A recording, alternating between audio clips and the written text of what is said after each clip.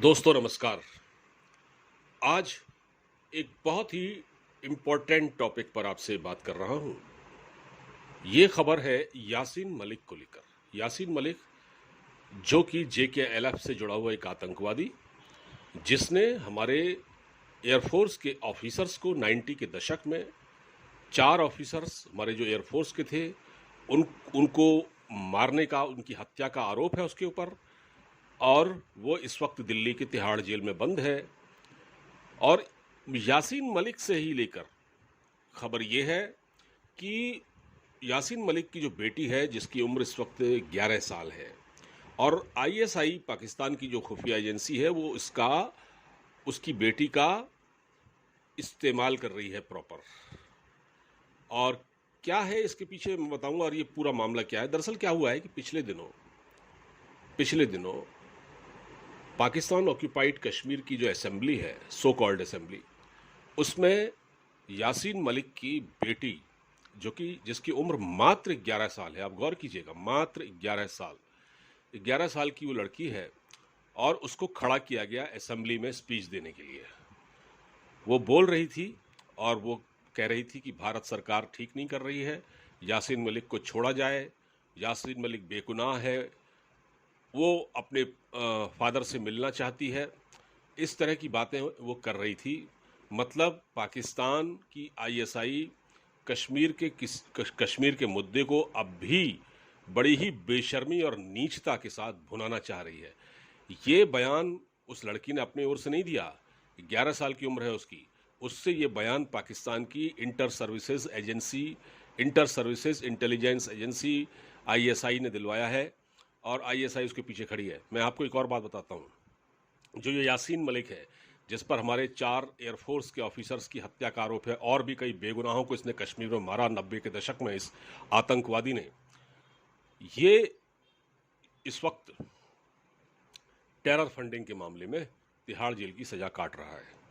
देखिए, इसने जिनको मारा, जिन ऑफिसर्स को मारा, अभी ये केस मतलब NIA जो कर रही है, NIA जो हमारी जो जांच एजेंसी है, वो कोशिश कर रही है कि इस पर एयरफोर्स के जो ऑफिसर्स हैं उनकी हत्या के मामले में इसको फांसी की सज़ा हो। वो कोशिश कर रही है इसको फांसी की सज़ा दिलवाने की, ठीक है। लेकिन अभी तक ये, क्योंकि टेरर फंडिंग के मामले में ये जेल में बंद है, तिहाड़ जेल में, ठीक है। तो अब क्या है कि इसके पीछे, क्योंकि ISI अपना गंदा खेल खेल रही है।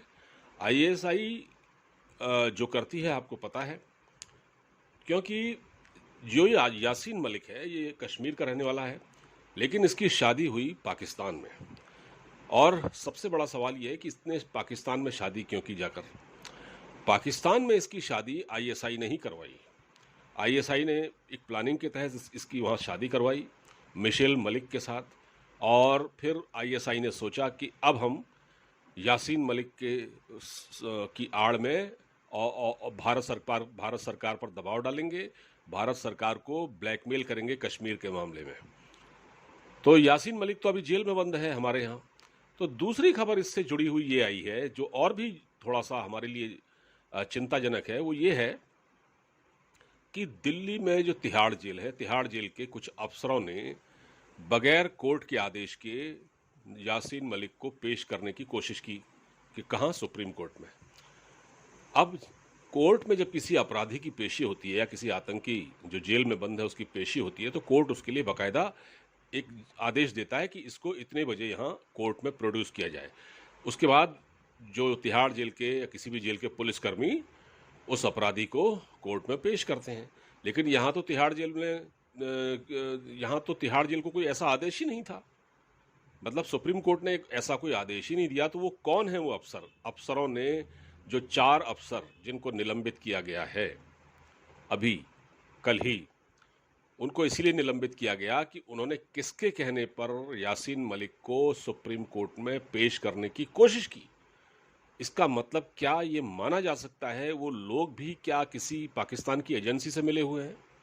क्या वो ISI से मिले हुए हैं? कौन है वो पुलिसकर्मी जिन्होंने ये हिमाकत की है कि एक आतंकवादी को कोर्ट में प्रोड्यूस करने की, बगैर कोर्ट के आदेश के, सुप्रीम कोर्ट के आदेश के बगैर कैसे कर दिया उन्होंने काम? और वो इस बात का पता लगाया जाना चाहिए कि जेल क्या तिहाड़ जेल में अब ये भी हो रहा है।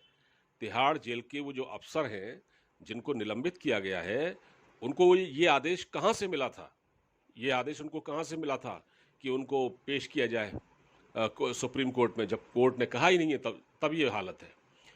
तो ये जो खेल खेला जा रहा है, एक तरफ तिहाड़ जेल में पेश करने की एक मिनट एक और यासीन मलिक को कोर्ट में पेश करने की कोशिश, और उधर हम देख रहे हैं कि उसकी बेटी जो है 11 साल की बेटी, वो पाकिस्तान ऑक्यूपाइड कश्मीर की असेंबली में स्पीच कर रही है कि उसके फादर को छोड़ा जाए, उसको भारत सरकार ने जबरन पकड़ रखा है और वो निर्दोष है, ऐसी बातें कही जा रही हैं, जबकि वो बहुत बड़ा अपराधी है।